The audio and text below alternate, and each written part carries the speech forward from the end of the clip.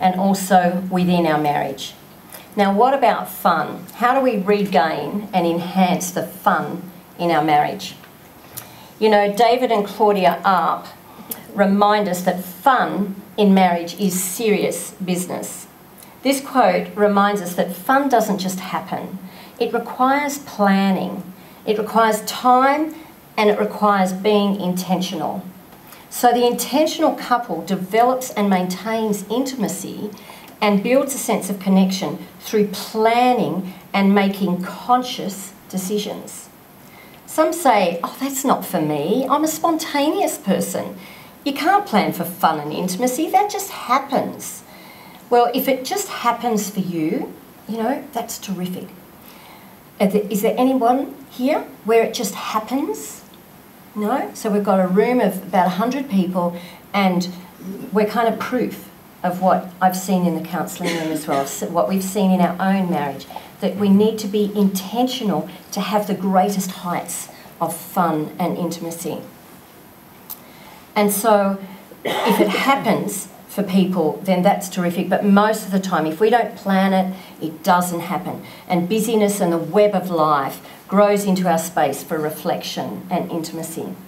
Stephen Covey, in his book, 7 Habits of Highly Effective People, says you may talk of love and family fun, but if you never plan any time together, then your very lack of organisation gets in the way.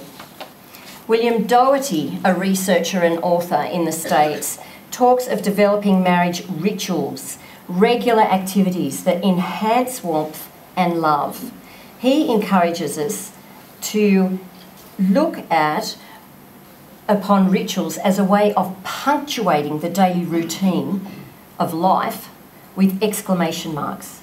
The normal routine activities, that we can actually punctuate them with exclamation marks.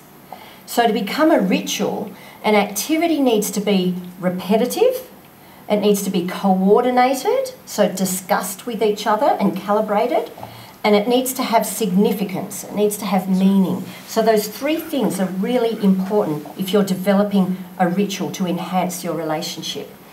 And a specific simple daily ritual is the possibility of reconnecting with each other after being apart. And we looked a bit on that this morning. Now, we're going to do a skit that's purely fictitious. The names have been changed to protect the innocent. Okay, here we go. Hi, honey, I'm home. Get down, good dog, good, stay. Whoa, good to see me, stay. Stop, settle, stay.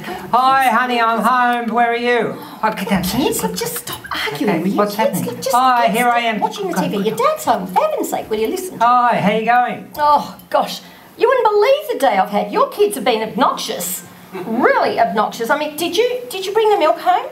You know, I'll be able to speak to you in a minute. And, you know, the dog spewed on the carpet. The brand new carpet. You spewed on the carpet?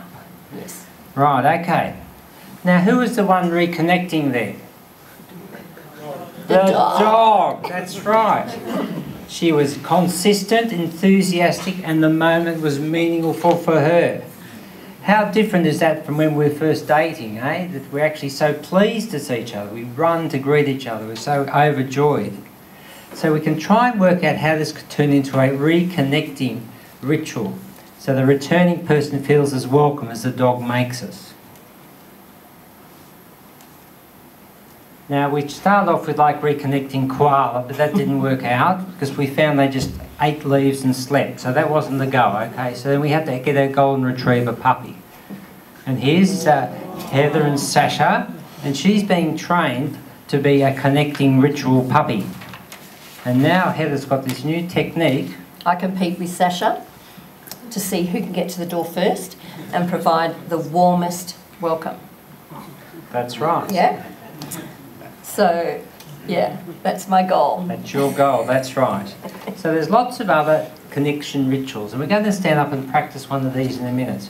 And we love reusing this each time because it's one of the most joyous things, and that's the idea of the 10-second kiss.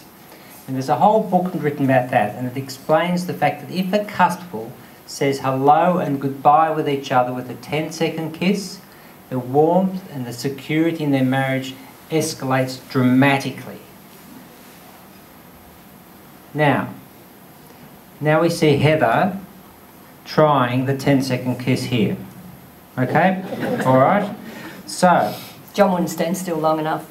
so Heather's practicing on the dolphin for the 10-second kiss. We're each going to have a chance to practice the 10-second kiss on our partners now. I'd like you to stand up and take a couple of steps at least from each other.